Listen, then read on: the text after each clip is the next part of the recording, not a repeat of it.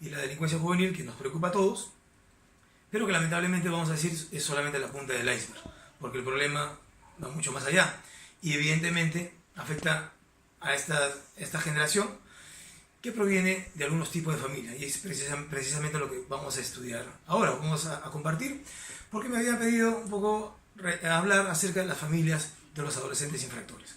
Así que vamos primero a recordar un poco las características de los adolescentes, ¿no? Ya sabemos, y todos hemos pasado por esta etapa, sabemos que la adolescencia es un periodo esperablemente de rebeldía, porque los chicos desarrollan algunas necesidades psicológicas importantes, ¿no? Como por ejemplo de no querer ser un borreguito que hace todo lo que dice la mamá o el papá, pero pasan a ser muchas veces un borreguito para hacer todo lo que dicen los amigos. Y entonces, en ese sentido, hay una necesidad psicológica para distanciarse del modelo adulto, para formar su propia personalidad. Eso lo entendemos todos. Entonces hay una necesidad de pertenencia. Los chicos ven con fascinación al grupo de pares, y ese probablemente sea el grupo de mayor influencia antes que los padres. Entonces, algo que caracteriza a los adolescentes en conflicto con la ley, en comparación con los problemas esperables en los adolescentes, y que significa un deterioro en su desarrollo saludable, es, por ejemplo, el consumo de drogas. Encontramos en los adolescentes que muchos de ellos están ya en una etapa de dependencia o de gran adicción. Quiere decir que han comenzado incluso en la niñez el consumo de drogas, y a veces de drogas duras, lamentablemente. Los aprendizajes antisociales, muchos de ellos provienen de entornos marginales, ciertamente, pero encontramos también, como dato curioso, que los chicos de hace 20 años son diferentes a los que ahora delinquen, ¿no? O infringen la ley. Por ejemplo, antes eran muy raros los chicos que tenían familiares presos. Ahora son un número bastante importante. La deserción escolar. La gran mayoría de los chicos han desertado del colegio. No necesariamente, como vamos a ver, por falta de oportunidades, sino por ejercer también de mala manera esa libertad. Familias disfuncionales. Todos entendemos, por definición, que son familias que funcionan mal. Una cosa es establecer la estructura familiar, que puede ser monoparental, familia integrada, desintegrada, reconstituida, extensa, nuclear, etc. Pero de acuerdo a las investigaciones criminalísticas y de los delitos, y en cuanto al tratamiento de estos jóvenes, se estima que más importante que definir la estructura de la familia, es importante sobre todo analizar la funcionalidad de esta, o tratar de convertirla en funcional. Por ejemplo, Robin Norwood, hace muchos años, definía la familia disfuncional con 3 características. Una, donde se presentaba explícitamente la violencia. 2, que había siempre uno o más miembros de la familia que eran adictos o coadictos, y se solapaban estos comportamientos. Y también, lamentablemente, el tema del incesto, por esta falta de límites o del compartir incluso el hecho dentro de estas características de marginalidad y de carencia de recursos en estas familias. También la característica de ser impulsivos, ¿no? Entendemos que en estos entornos violentos los chicos desarrollan tendencias destructivas y también tendencias autodestructivas. Y también, evidentemente, experiencia pandilleril, ¿no? Donde lo esperable en los chicos es integrarse en un grupo para desarrollar la valentía o la osadía de atreverse a romper las normas de los adultos. Incluso entendemos que antes de la indiferencia que muchos chicos encuentran en sus familias, buscan llamar la atención, aunque sea de modo negativo, aunque sea con conductas disruptivas. Y de la misma manera, en muchas familias que no han podido albergar, apoyar, integrar, cobijar afectivamente a los chicos, han preferido abandonarlas y pasar a sentirse parte mejor de una pandilla. Eso es preferible a estar más bien en un lugar donde no se han sentido parte, nunca. Entonces, esto tiene que ver evidentemente con, desde el punto de vista del enfoque ecológico y ecosistémico, vemos que desde el punto de vista individual es importante hacer un análisis, pero ya hace mucho tiempo, con el cambio de paradigmas, se entendía que lo importante no era solamente entender a la persona individual o al mundo intrapsíquico, sino ver también como seres sociales que somos, dónde se ha ido formando todo eso. Y evidentemente el sistema, y todos entendemos que la familia es el núcleo socializador, es la zona donde se espera que se pueda desarrollar la capacidad de socialización del ser humano para poder integrarse adecuadamente a la sociedad, es la que norma, marca las pautas, desarrolla la satisfacción de estas necesidades, no solamente de alimentación o vestido, sino sobre todo de formación personal y de desarrollo de vínculos positivos. Pero cuando hay problemas de comunicación, cuando hay violencia, cuando hay abandono, sobre todo cuando la violencia, por ejemplo también el machismo, es transgeneracional, porque trasciende las generaciones, trasciende las épocas, esto se va reproduciendo y va teniendo también consecuencias importantes. Otro sistema mayor es, por ejemplo, la escuela y la comunidad. Y lamentablemente muchos padres, más o menos conscientes de la incapacidad que ellos han tenido para formar lo esperable en los chicos, esperan que en la escuela se cubre esas necesidades que no han sido capaces de cubrir, como por ejemplo el formarlos en respeto, el formarlos en responsabilidad, el formarlos en actitudes prosociales. Pero lamentablemente eso no sucede como esperan ellos, porque muchos de ellos han renunciado, como decíamos, a ese papel. Y hay un macrosistema, que es el sistema social de la sociedad en general, donde también entendemos que nuestra sociedad dista mucho de ser perfecta o de cumplir con lo esperable, sino recordemos lo que todos hemos asistido últimamente al escándalo de los audios que develan la alta corrupción de los llamados padres de la patria, ¿no? Y todos, por ejemplo, cuando nos presentan estos políticos padres, llamados padres de la patria, muchos de nosotros quisiéramos más bien ser huérfanos. Entonces son sistemas que se van influyendo mutuamente.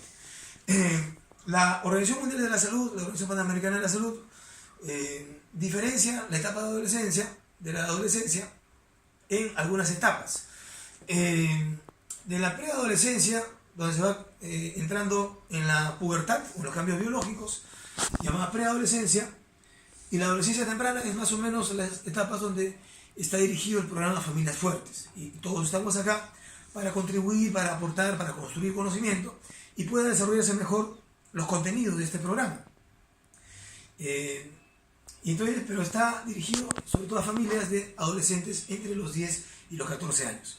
Nosotros trabajamos con adolescentes que se puede entender que están entre la adolescencia intermedia y la adolescencia tardía, porque a partir de los 14 años ya se vuelven imputables los chicos.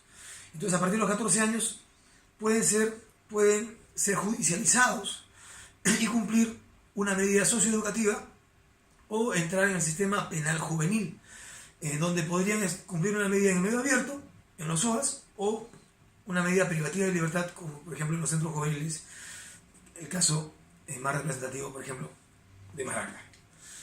Entonces hay ciertos perfiles que se han estudiado en relación con las familias de alta vulnerabilidad social, no solamente por el tema de la pobreza, por el tema de la marginalidad, por el tema de la carencia de recursos. Eso obviamente afecta a todo el desarrollo saludable y esperado de las familias, y entre ellos, por supuesto, a esta población que son los adolescentes y los jóvenes. Entendemos que la familia va a contribuir o va a marcar hacia una formación prosocial o una formación lamentablemente antisocial. Y en ese balance, en esa disyuntiva, se encuentran los chicos, todos, porque se reconoce a la adolescencia como una de las etapas donde están muy proclives a transgredir las normas por esa etapa de rebeldía que decimos, o por esa etapa de alta influencia del medio social o de sus amigos o de sus amistades.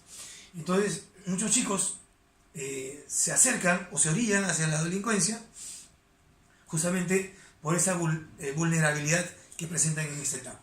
Y entonces la familia se espera que pueda ser el soporte, el marco normativo, el marco de orientación para que los chicos puedan pasar esta etapa de modo exitoso y no desarrollar una delincuencia persistente como es la que desarrollan algunos jóvenes. Entonces hay algunos factores de riesgo reconocidos, bastante marcados, ¿no? Desde el punto de vista clínico, siempre nos han enseñado la construcción y el estudio de la anamnesis desde la etapa prenatal, y eso es importante. Pero como decíamos, es más importante en la actualidad observar los factores de riesgo actuales y dinámicos que pueden ser objetivos de tratamiento. Pero todos estos factores son importantes para entender y para también prevenir qué es lo que nos interesa. Entonces vemos que incluso desde la etapa prenatal se va formando algunas tendencias de comportamiento y de actuación cuando, por ejemplo, la madre desarrolla un buen embarazo o un mal embarazo producto de la crisis, y entendemos, como estábamos mencionando, una de las características más marcadas en cuanto a estas familias es que tienden a ser monoparentales, generalmente encabezadas por la mujer, porque hay mucho abandono de parte del varón, justamente por este tema del machismo, que todavía lamentablemente se da. Y como decíamos también, ahora más que antes se da experiencias o antecedentes de antisocialidad de familiares, de las figuras más representativas, de los referentes más cercanos, donde ya con su ejemplo, su sola presencia, implica un modelo negativo en cuanto a la comisión de los delitos. Además de la vinculación cada vez más cercana con el tema del mundo de las drogas y también con el acercamiento del uso de las armas, que es lo que fomentan actualmente las bandas criminales o las mafias, donde miran a los adolescentes como un instrumento para la comisión de esos delitos.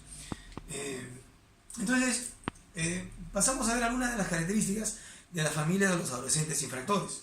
Vemos en la imagen la portada de Maranga, que es por donde ingresan los familiares los días de visita. Mayoritariamente, como vemos, mujeres, ¿no? Que para los chicos son las que entienden, son las que no los van a abandonar o son las últimas en tirarles la toalla, como ellos dicen. Entonces, las familias de los adolescentes infractores se van a caracterizar muchas veces por tener estos vínculos familiares dañados, donde no hay una adecuada comunicación, donde ha habido violencia en alto grado. Algunas organizaciones no gubernamentales y desde la academia, por ejemplo la organización Cometa, ¿no? Con Juliana Galino, que también a veces nos ha acompañado, de repente está ahora con nosotros, nos acercaba algunos resultados de sus investigaciones y es muy factible de mencionar que probablemente el 98% de los chicos que están en Maranga han sufrido de maltrato físico, psicológico y las demás formas de maltrato. No es victimizarlos, pero es una realidad que está bien marcada. Entonces la función normativa de la familia muchas veces no se ha cumplido. Como decíamos, muchos de los padres aparentemente han renunciado a su labor o se han visto sobrepasados también por otras necesidades, por ejemplo, de salir a trabajar, y la consecuencia de ello es que los chicos a veces han escogido dejar a los padres por irse con los abuelos o con los tíos, donde sienten que tienen más libertad o menos restricciones. Y en algún momento los chicos se han impuesto por encima de los padres y han dicho, por ejemplo, que no quieren estudiar y que no les da la gana de estudiar, y entonces han comenzado ellos a marcar su vida, sus horarios, su ritmo de vida, rompiendo toda expectativa de lo que debería ser una familia continente. Entonces, estas familias, generalmente de escasos recursos, nuevamente no es criminalizar la pobreza, pero ya sabemos cómo se ha manejado la justicia. No quiere decir que en los sectores socioeconómicamente altos no exista infracción a la ley, ¿no? Pero ya vemos cómo se ha manejado el tema de la justicia, cuando el tremendo juez Inostroza, por ejemplo, mencionaba en un caso, ¿qué es lo que quieres? ¿Que lo dejen en libertad o que le bajen la pena para un caso de violación? También decíamos, el padre está generalmente ausente, la madre tiene gran valoración. Por ejemplo, en mayo, para el Día de la Madre, los chicos es donde más se preparan, con mayor motivación y voluntad, para desarrollar una actuación para sus madres. Y por ejemplo, para el Día del Padre, este año los chicos me decían, psicólogo, tráiganos más bien un par de guantes para agarrarnos a guantazos con mi viejo, para, ahora que soy grande, poder cobrarme lo que veía que él antes hacía con mi madre, por ejemplo. Entonces la familia muestra ciertas falencias, no han corregido a tiempo, de modo oportuno, y lamentablemente vemos que muchas terminan avalando también estos comportamientos.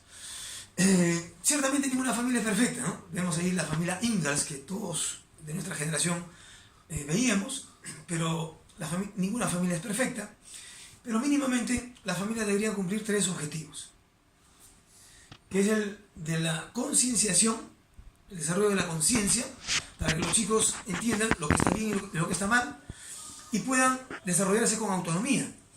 La prosocialización, ¿no? que es más que valores, que es la capacidad de controlar sus impulsos, de manejar, ser menos egoístas cada vez y ser más bien empáticos, y valorar las virtudes prosociales.